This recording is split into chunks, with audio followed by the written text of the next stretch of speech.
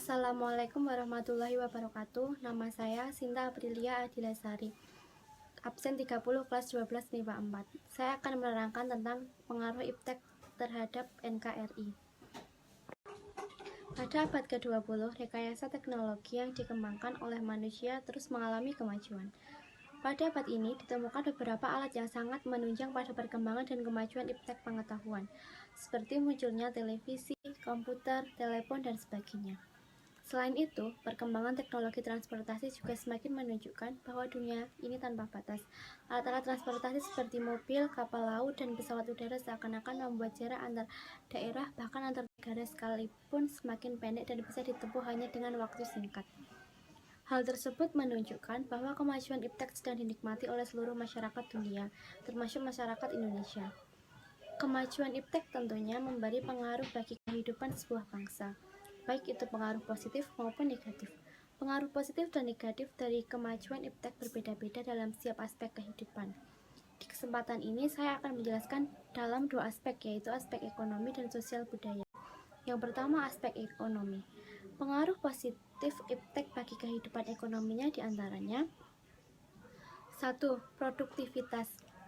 Industri meningkat. Kemajuan iptek akan membuat produktivitas industri meningkat. Banyak bisnis online berterbaran di mana-mana. Dengan adanya bisnis online, masyarakat dengan mudah berbelanja tanpa harus keluar rumah. 2. Bisnis teknologi semakin ramai. Semakin besarnya perkembangan iptek, maka semakin ramai juga bisnis penjualan teknologi untuk mengikuti perkembangan teknologi.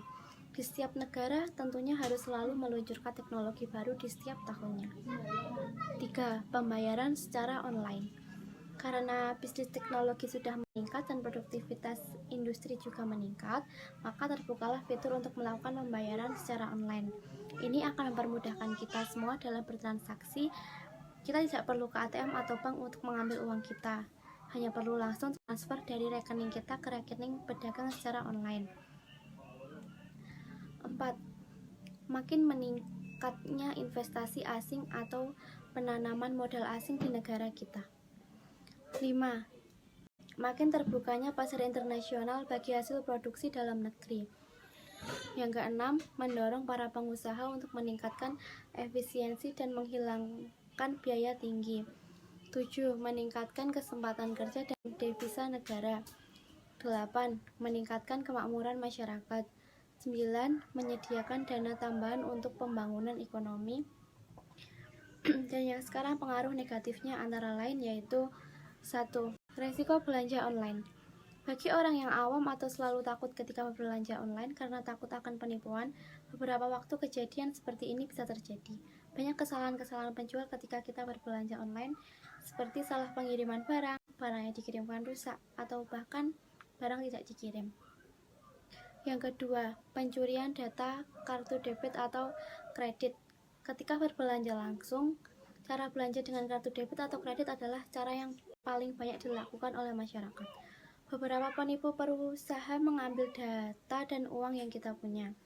Dengan teknologi, mereka bisa mendeteksi transaksi yang terjadi antara kita dengan orang lain. Yang ketiga, Indonesia akan dibanjiri barang dari luar seiring dengan adanya perdagangan bebas yang tidak mengenal batas wilayah negara. Hal ini mengakibatkan semakin mendesaknya barang-barang lokal, terutama yang tradisional, karena kalah bersaing dengan barang-barang dari luar negeri. Yang keempat, cepat atau lambat perekonomian negara kita akan dikuasai oleh pihak asing. Seiring dengan makin mudahnya orang asing menanamkan modal di Indonesia, yang pada akhirnya mereka dapat mendikte atau menekan pemerintah atau bangsa kita. Dengan demikian, bangsa kita akan dijajah secara ekonomi oleh negara investor.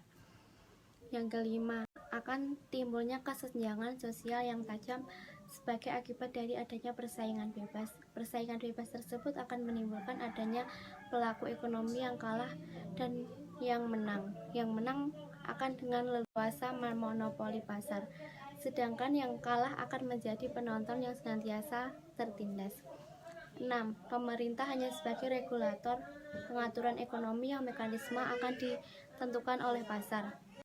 7. Sektor-sektor ekonomi rakyat yang diberikan subsidi semakin berkurang. Koperasi makin sulit berkembang. dan penerapan tenaga kerja dengan pola padat karya makin ditinggalkan. Yang kedua, aspek sosial budaya. Pengaruh positifnya yaitu mempermudah komunikasi dan memperoleh informasi.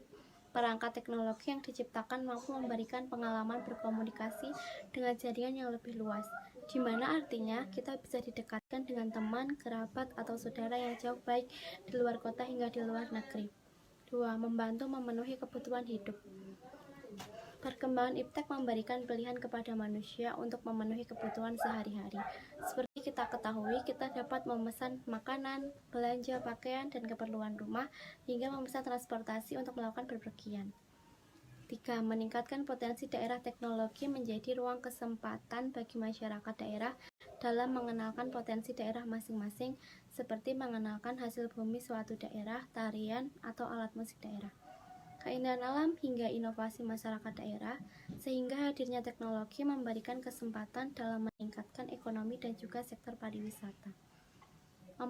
Membantu sistem tata kelola. Pemerintahan melakukan inovasi dalam memberikan pelayanan terbaik kepada masyarakat, seperti melakukan pengurusan administrasi secara online hingga publikasi program pemerintahannya supaya memiliki transparansi pada masyarakat. 5. Memangkas waktu dan biaya. Hadirnya teknologi memberikan solusi kepada manusia dalam mengakses informasi kapan saja dan di mana saja. Selain itu, pemenuhan kebutuhan sehari-hari, transportasi, hingga komunikasi dan informasi disatukan dalam perangkat teknologi. Sedangkan pengaruh negatifnya yaitu 1. Munculnya gaya hidup konsumtif dan selalu mengonsumsi barang-barang dari luar negeri. 2. Munculnya sifat hedonisme, yaitu kenikmatan pribadi dianggap sebagai suatu nilai hidup tertinggi. Hal ini membuat manusia suka memaksakan diri untuk mencapai kepuasan, dan itu sikap selalu mementingkan diri sendiri serta memandang orang lain itu tidak ada dan tidak bermakna. Sikap seperti ini dapat menimbulkan ketidakpedulian terhadap orang lain. Misalnya, sikap selalu menghardik, pengemis, pengamen, dan sebagainya. 4. Bisa mengakibatkan kesenjangan sosial yang semakin tajam antara yang kaya dan miskin. 5. Munculnya gejala westernisasi, yaitu gaya hidup yang selalu berorientasinya. 4. Bisa mengakibatkan kesenjangan sosial yang semakin tajam antara yang kaya dan miskin. 5. Munculnya gejala westernisasi, yaitu gaya hidup yang selalu berorientasi kepada budaya barat tanpa diseleksi terlebih dahulu, seperti meniru model pakaian yang bisa dipakai orang-orang barat yang sebenarnya bertentangan dengan nilai dan norma yang berlaku, misalnya memakai rok mini, laki-laki memantai anting, dan sebagainya. 6. Makin memudarnya semangat gotong royong, solidaritas, kepedulian, dan ketidakkawanan sosial. 7. Makin lunturnya nilai-nilai keagamaan dalam kehidupan bermasyarakat. Sekian penjelasan tentang pengaruh iptek bagi kehidupan bangsa dan negara dari saya. Jika ada salah kata, saya mohon maaf. Wassalamualaikum warahmatullahi wabarakatuh.